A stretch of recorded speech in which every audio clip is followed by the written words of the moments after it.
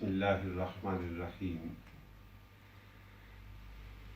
حاضرین محترم، خداوند قدوس کا کروڑوں بار شکر ہے،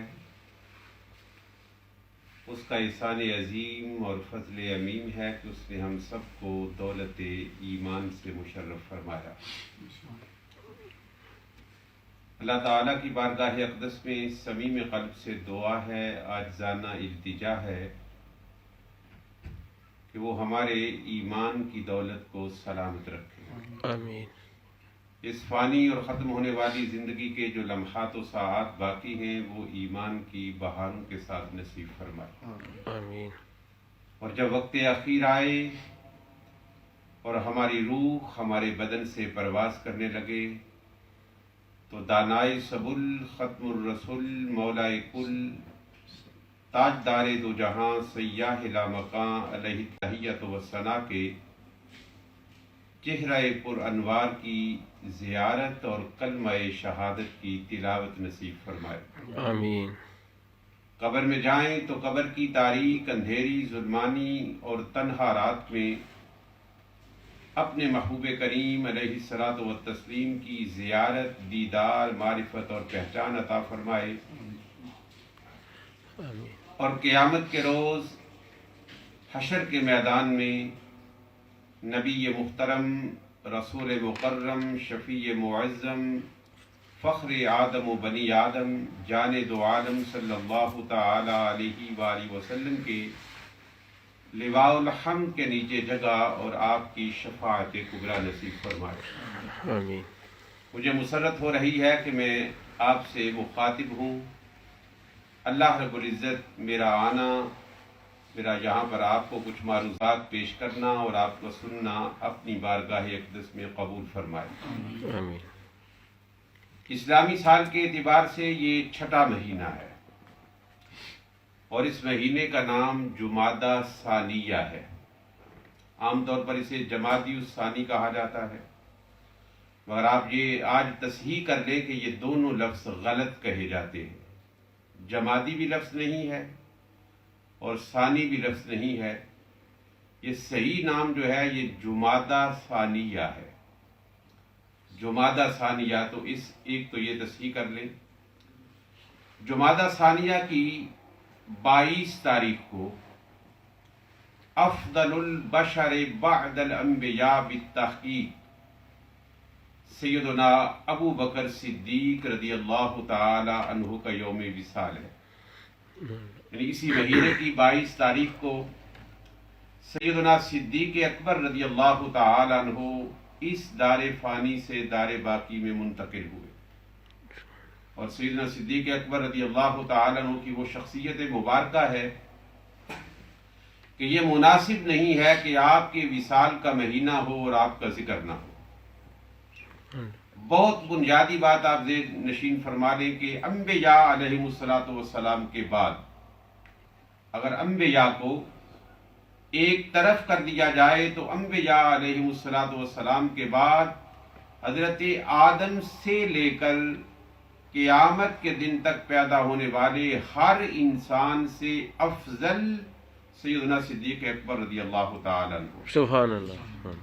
اس لیے آپ کے لیے یہ کہا جاتا ہے کہ افضل البشر بعد الانبیاء بالتحقیق، اور اس پر تمام اہل السنت والجماعہ کا اتفاق ہے اور اجماع ہے کہ صحابہ کرام رضوان اللہ تعالی علیہ اجمعین میں فضیلت میں، کرامت میں، شرافت میں، عزت میں، عظمت میں، وجاہت میں جن کا پہلا نمبر ہے وہ سیدنا صدیق اکبر رضی اللہ تعالی عنہ ہے۔ سبحان اللہ۔ اور سبحان یہ اللہ۔ پہلا نمبر ان کو کیسے ملا؟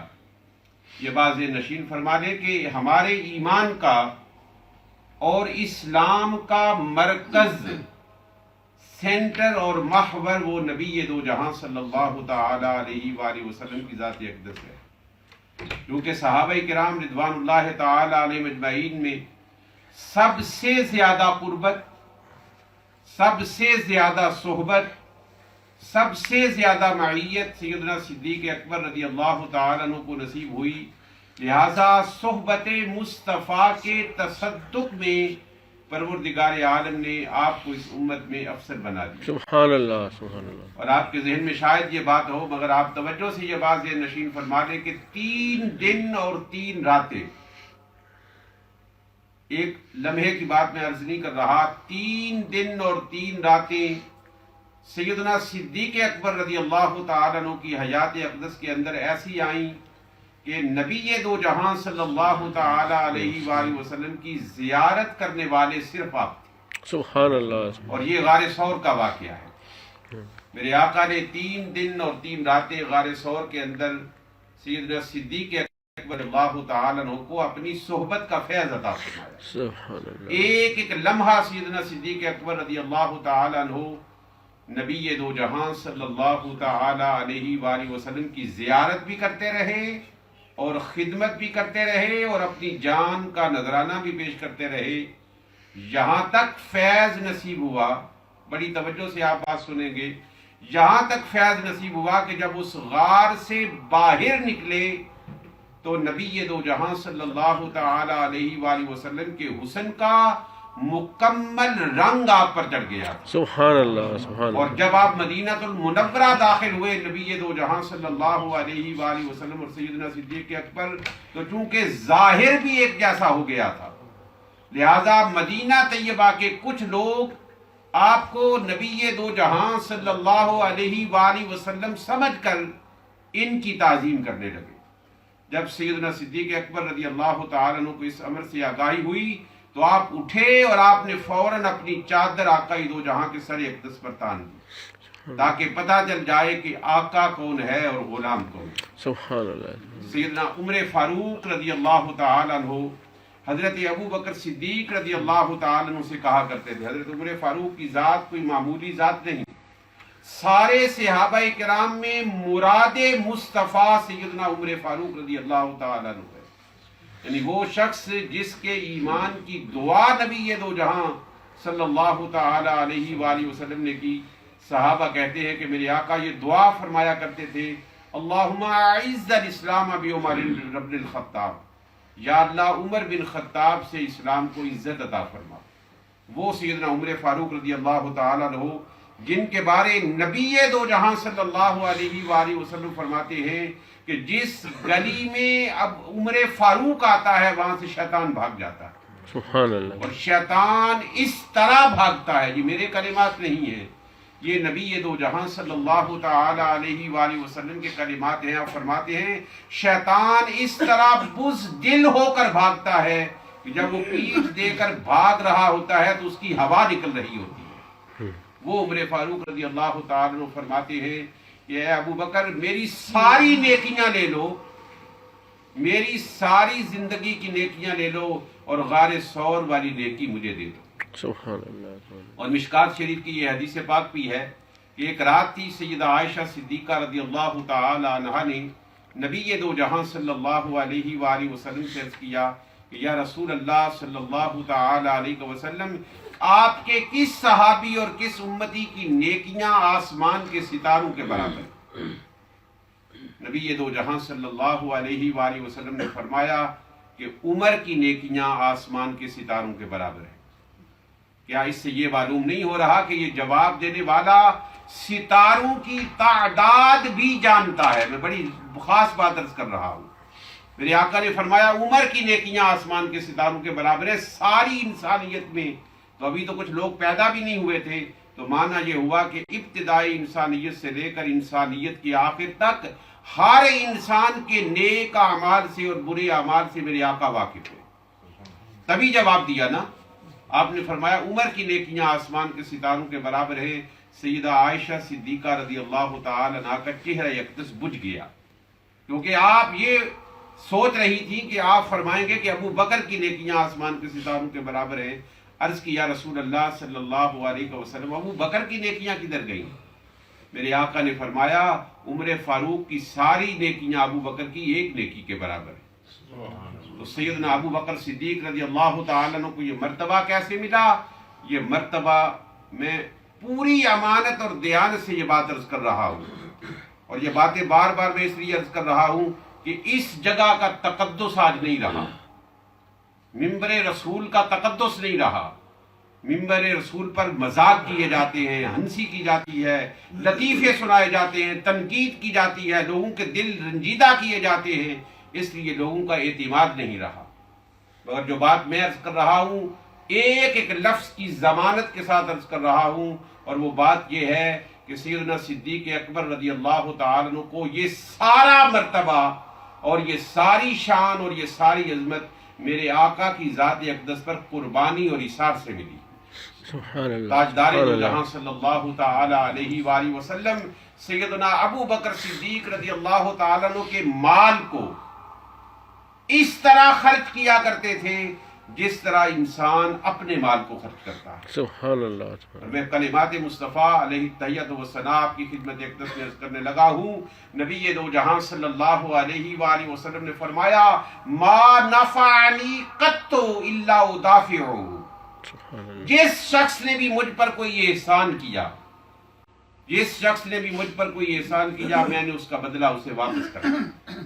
مگر فرمایا نبی دو جہاں صلی اللہ تعالی علیہ وآلہ وسلم نے کہ ابو بکر کے مجھ پر اتنے احسانات ہیں کہ ان کا بدلہ قیامت کے روز اللہ رب العزت چکائے گا۔ سبحان اللہ، سبحان اللہ، تاجدار دو جہاں صلی اللہ تعالی علیہ وآلہ وسلم نے یہ بھی ارشاد فرمایا، معمولی بات نہیں، آپ نے فرمایا کہ میں نے جس پر اسلام پیش کیا، جس کو میں نے دعوت اسلام دی، اس نے کسی نے معجزہ مانگا، کسی نے نشانی مانگی، کسی نے علامت مانگی، کسی نے وہ علامات دیکھی، کسی نے تھوڑا بہت غور و فکر کیا، فرماتے ہیں کہ سارے لوگوں میں تنہا ابو بکر ہیں کہ جیسے ہی میں نے اسلام قبول کیا آپ نے کہا اشہد ان لا الہ الا اللہ وحدہ لا شریک لہ واشہد ان محمدًا عبدہ ورسولہ۔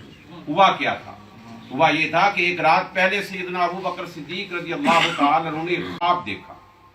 خواب میں آپ نے دیکھا کہ اندھیری رات ہے، ظلمت ہے، ہر طرف تاریکی ہے، ہر طرف اندھیرا ہے، ہر طرف اچانک ایک چاند طلوع ہوا ہے اور وہ چاند آسمان کے وسط میں پہنچ گیا ہے، اور اس چاند کی روشنی اور نور نے، اس چاند کی درخشندگی اور رخشندگی نے مکہ المکرمہ کی تاریکی کو دور کر دیا ہے، اور اس نور نے اس ظلمت کو کافور کر دیا ہے۔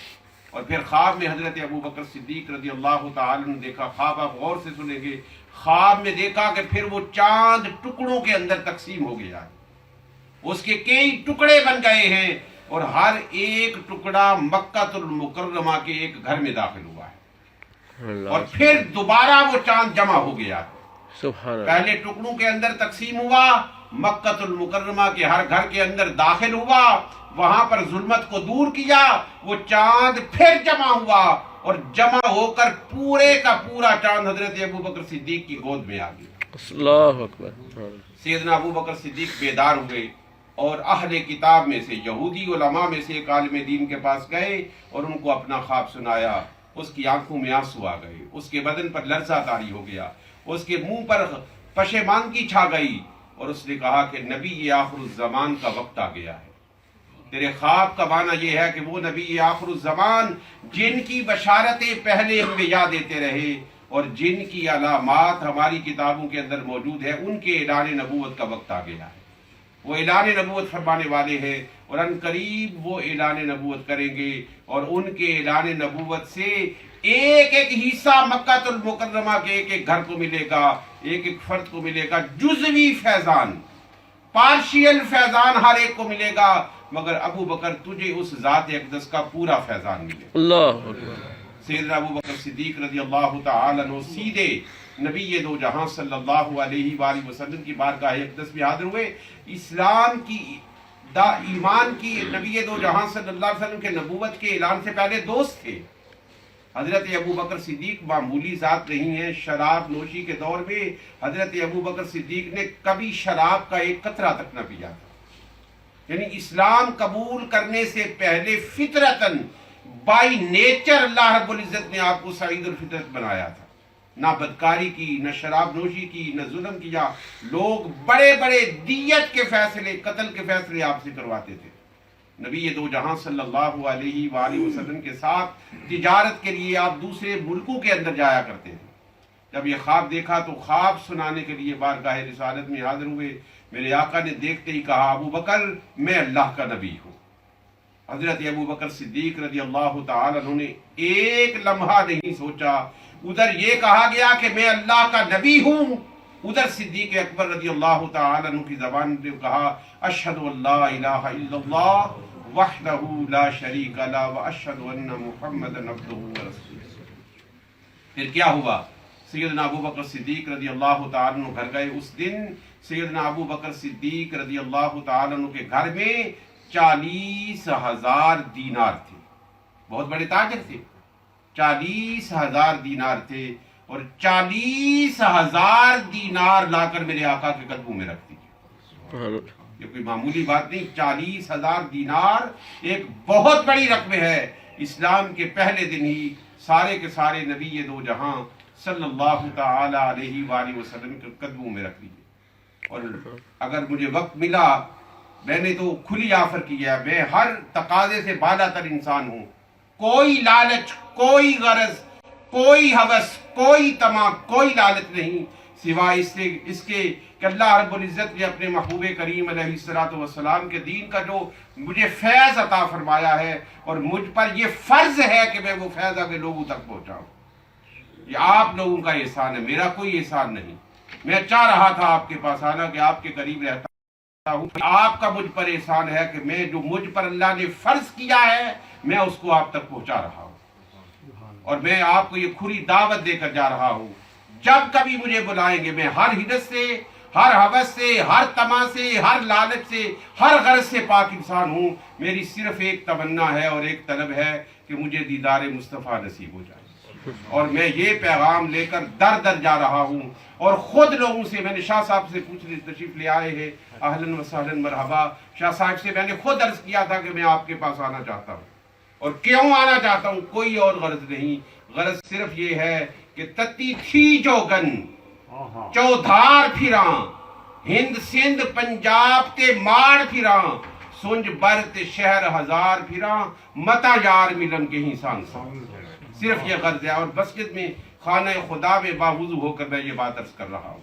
اور سیدنا صدیق اکبر رضی اللہ تعالی عنہ نبی دو جہاں صلی اللہ تعالی علیہ وآلہ وسلم کے عاشق صادق.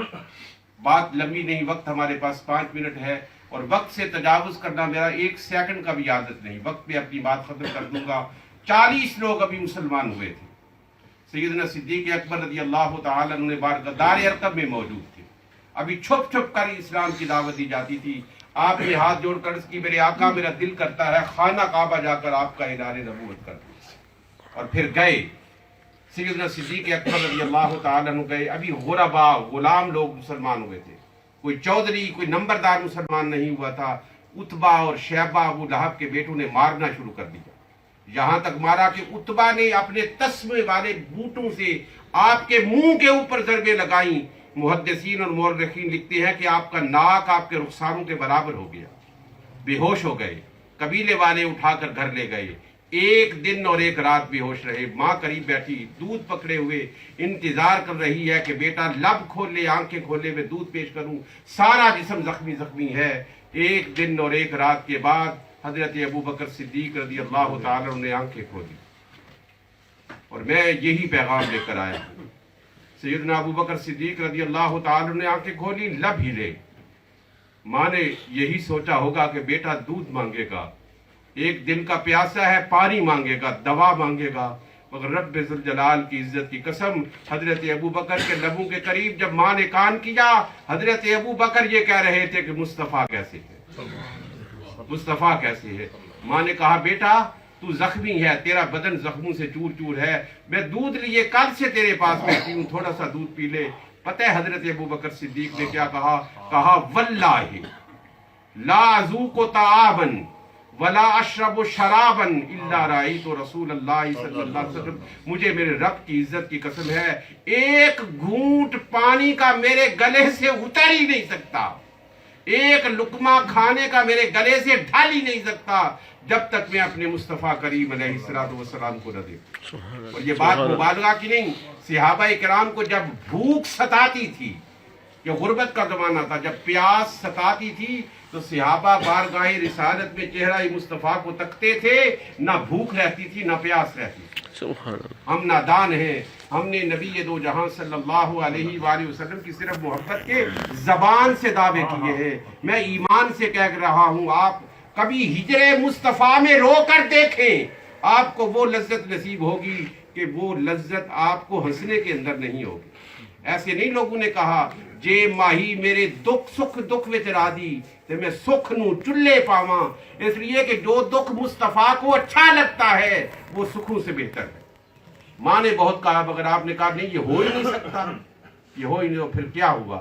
پھر چشم کائنات نے دیکھا کہ دو آدمی، ایک دائیں طرف ہے ایک بائیں طرف ہے. ایک نے دائیں طرف سے سپورٹ دی اور ایک نے بائیں طرف سے سپورٹ دی، اور گھسیٹتے ہوئے، پاؤں کو گھسیٹتے ہوئے دار ارقم کے دروازے پر پہنچے. میرے آقا دیکھ رہے تھے کہ میرا عاشق صادق آ رہا ہے. پھر نبی دو جہاں صلی اللہ علیہ وآلہ وسلم استقبال کے لیے اٹھ کھڑے ہوئے، اور میرے آقا نے حضرت ابو بکر صدیق کو اپنے سینے کے ساتھ رکھا. یہ تو ابو بکر تھے. 2 منٹ باقی ہیں اور میں یہ عرض کرنا چاہتا ہوں، یہ آقا تو وہ آقا ہیں جو کھجور کے سوکھے تنے کو سینے سے لگانے والے ہیں.